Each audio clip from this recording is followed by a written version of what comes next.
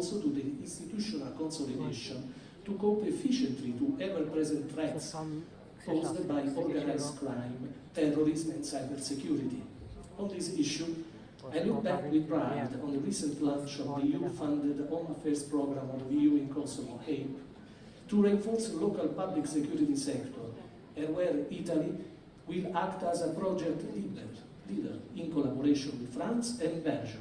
The acknowledged capability approach to these topics, thanks also to a wide anti-mafia regulatory framework taken as countries worldwide, makes me confident that leadership will certainly add value to the HAPE project. It has been a year of hard work to strengthen our bilateral ties in all strategic fields of economy, culture and education, Mr. Prime Minister. On trade side, Italy is the seventh economic main partner of Kosovo, second among EU countries, and there is still room for increasing the presence of Italian firms in the dissemination of their best practices in several fields: green energy, ICT, industrial automation, agri-food, consumer goods and design. I am strongly persuaded that culture is a driving force for promoting people-to-people exchanges with a positive spillover effect over our relations. That's why, since my inception, I spared no effort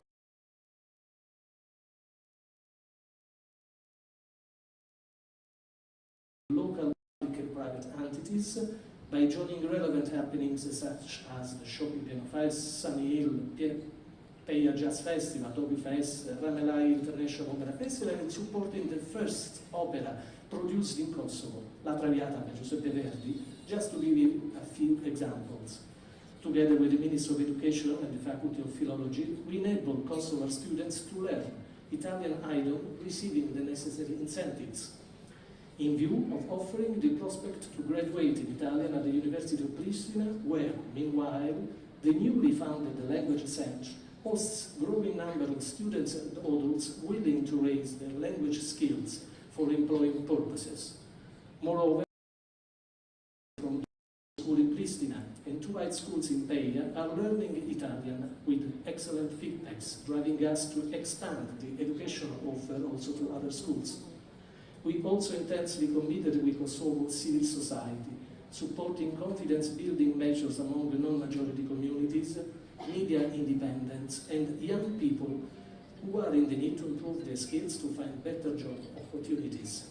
On the bilateral sister side, Italy is already sharing its best practices in mountain rescue and public management of environmental resources, enhancing Kosovo touristic offer and job opportunities of local communities in the city of Peja, Dečan, Gjunik, alongside the Via di Narica. Moreover, we will continue to support the early childhood education programs of the Ministry of Education through a new phase of Pedagogus project, and we will improve the curriculum, training and the laboratory equipment of several professional schools for tourism and hospitality for a 4 million worth project.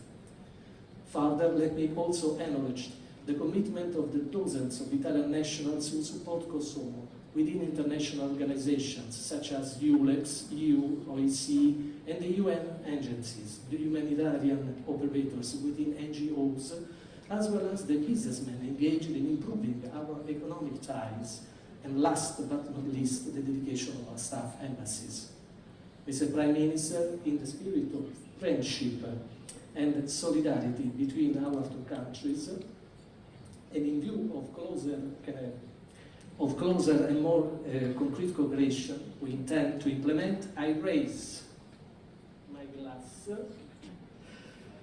in a toast to your personal happiness and to that of your family, to the prosperity of our two peoples and to the well-being of all those present. Cheers. And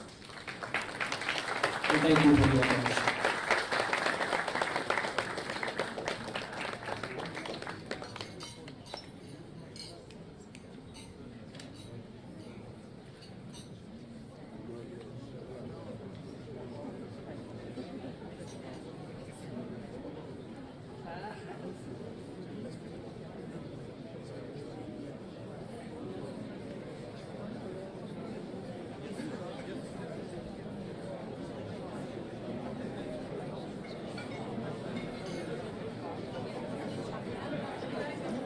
Now I give the floor to the Prime Minister of the Kosova Republic, Mr. Abi.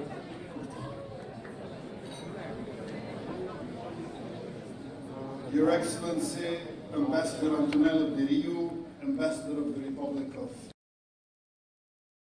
Honorable K4 Commander, Major General Angelo Michele Restuccia, Honorable Ministers of the Government and Members of Parliament, dear Ambassadors, distinguished guests, ladies and gentlemen, dear friends, we are gathered here for the National Day of a friend and ally country of Kosovo.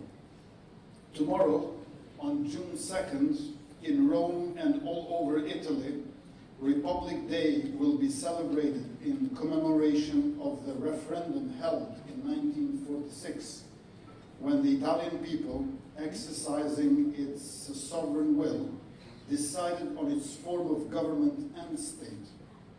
It is a day on which the fundamental element of democracy, that is sovereignty, is celebrated. Without sovereignty, the word democracy is somewhat devoid of meaning. Of course, I do not speak of an isolationist sovereignty. That is neither possible nor desirable. The world today is one of interconnections and interdependencies becoming increasingly frequent. These are in large part beneficial and supportive of the welfare of nations. But tonight I'm speaking of which people are the source to develop its own culture and economy, and that has the last word on its own affairs. The Italian people have this, and have demonstrated continuously throughout its history, building a state that today is the 8th most powerful economy in the world, one of the major powers and an important member of NATO and the EU, a democracy and a positive model of progress. Kosovo sees Italy as a good friend and ally. Italy is Kosovo's second largest trade partner after Germany in terms of exports and imports between the two countries, and our trade has been constantly increasing, especially in the past few years. Among the Western Balkan countries, Kosovo is the only country that uses the same currency as Italy, the euro. And besides this, we offer an auspicious investment climate, as well as an increasingly more qualified workforce and a young population.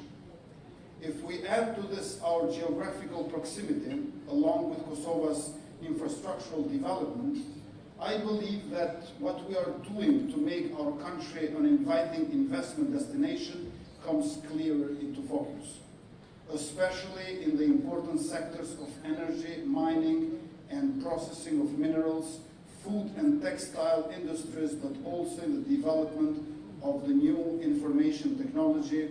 There is a place for Italian capital and know-how.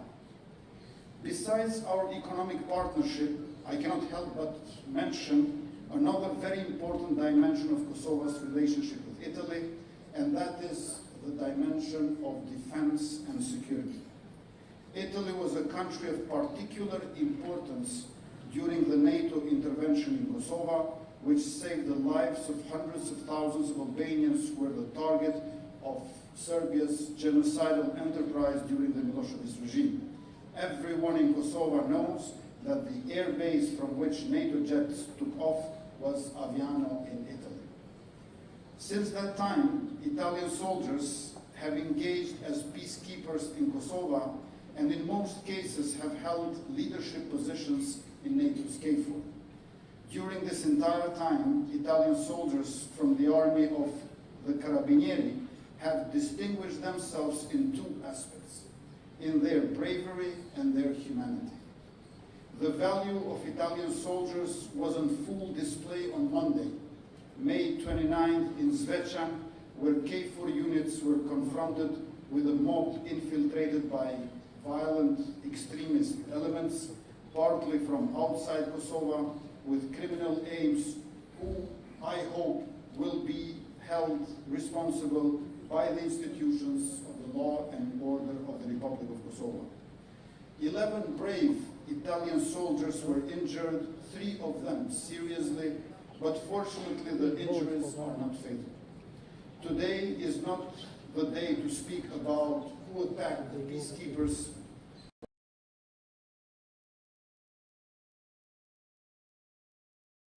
Everywhere. Those who attack peacekeepers attack peace. I know that there is an effort to blame the KFOR units themselves or those of the Kosovo police, but neither KFOR nor the police attacked anyone. They merely did their duty in confronting the unrest that was ordered from abroad and that is not in the interest of any Kosovo citizen of any ethnicity. That unrest is in the interest only of those who ordered it, Putin's allies in our region. The bravery of Italian soldiers, but also that of their Hungarian colleagues, will remain in the hearts of the citizens of Kosovo, who will always be grateful for these young men who left their families to serve peace and democracy here with us.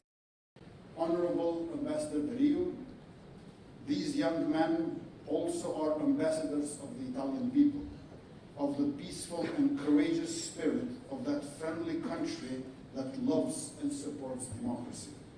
We Albanians have a proverb that says, "A friend in need is a friend indeed." I'm sure that Italians have a similar proverb as well. Kosovo thanks those young men and sends warm greetings to their families while wishing them the quickest possible recovery. The young men and women of Kosovo's army will increasingly take part in joint missions with NATO allied forces, where of course they will find in Italian soldiers a source of fraternal support.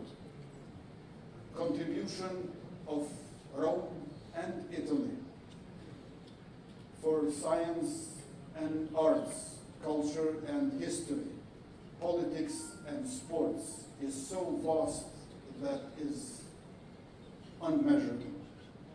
But Europe today, and not only Europe, each one of us here, and not only us, we enjoy the life and the world as we know it, thanks to so many authors of Italian descent that mentioning any of them would do so much injustice to everyone else.